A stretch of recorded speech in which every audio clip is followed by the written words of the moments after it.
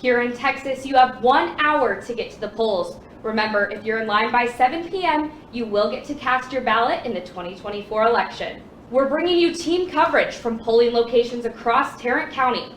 Our reporters have been out there all day to bring you the latest. We've also got our sports team with us, keeping us up to speed on the athletes taking a shot at public office. And I'm Matea Skinner.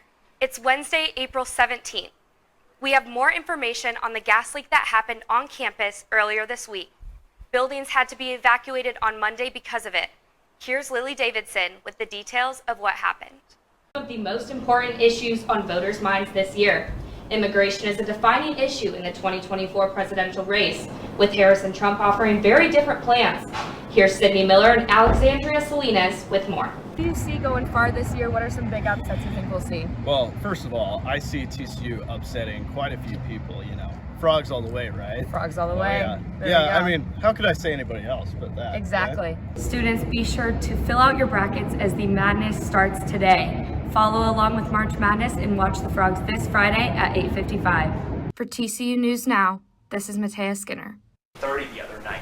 How are you feeling about the #1 team in the country going down? I'm excited. To me, this is an exciting time when we see who's going to take that #1 spot. I mean, this week it is Oregon, but who knows who it could be next week. I did. It was so fun to watch. I'm super excited about that. Offensively, I'd love to see more. What do you think about that? Yeah, and so obviously Hoover had 1 fumble and only threw 55% completion rate, but now the Frogs are 4-3. They're 2-2 in the Big 12, and I'm really excited to see them take on Texas Tech this weekend for homecoming. Something else I'm super excited about is our women's sports, Ryan. Tell me a little bit about the women's volleyball team. Yeah, our volleyball are a massive women's soccer fan, so tell me about that, Matea. Absolutely. We are now ranked number 9 in the country.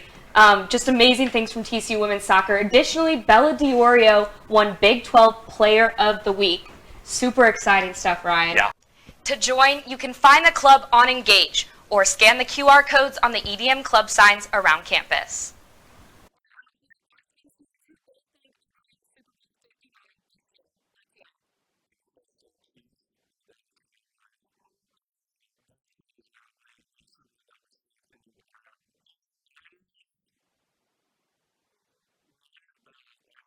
Just moments ago, a new group of female professionals kicked off their first ever event. The group is called TCU Women's Professional Network. Their goal is to help female faculty and staff on campus connect, advance their careers, and provide mentorship and support. They held a kickoff event today, but if you couldn't make it, don't worry. Expect more events throughout the semester. Fans have been on an emotional roller coaster in these last few weeks. It's been tough, to put it lightly, but it's not all football. There are some things to celebrate when it comes to other Horned Frog athletics. Tell me, what does it take to put into these performances? Well, it starts with the Student Activities Office and Kelly Lee. She's like the real adult who's in charge with, she's working with the student government. Tell me about it. Did you watch it? I would be honest, Saturday Night Live is not really my thing. I don't really watch it, but I did watch that and I thought it was a good segment. Yeah. TCU News Now have been following this election closely, but Dr. Adam Schiffer has been made following politics his entire career. He's been teaching political science at TCU for 22 years. Before we go, we want to encourage you to check out our special edition of TCU News Now, dedicated to campus safety. Here's a preview of it. You can catch the full episode on TCU360.com. Just search Campus Safety. Thanks for watching TCU News Now. I'm Matea Skinner. And I'm Jada Joyner. We'll see you next week. Thanks, guys. We know this was a big issue for voters in Texas. We'll bring you more in-depth coverage of high-impact political issues throughout the show. We checked, and there are no measures on the ballot in Fort Worth, but one in Dallas caught our attention. The board did express its commitment to ensuring TCU's accessibility to all students, regardless of financial circumstances. TCU just got the green light to add a new parking garage. The Board of Trustees approved the project for the east side of campus. It'll be a 4-story parking garage with 770 spots. The board also approved a new police station, which will include an emergency operations center. Both projects are expected to finish by fall 2026. South Carolina Research Lab has a little problem on its hand.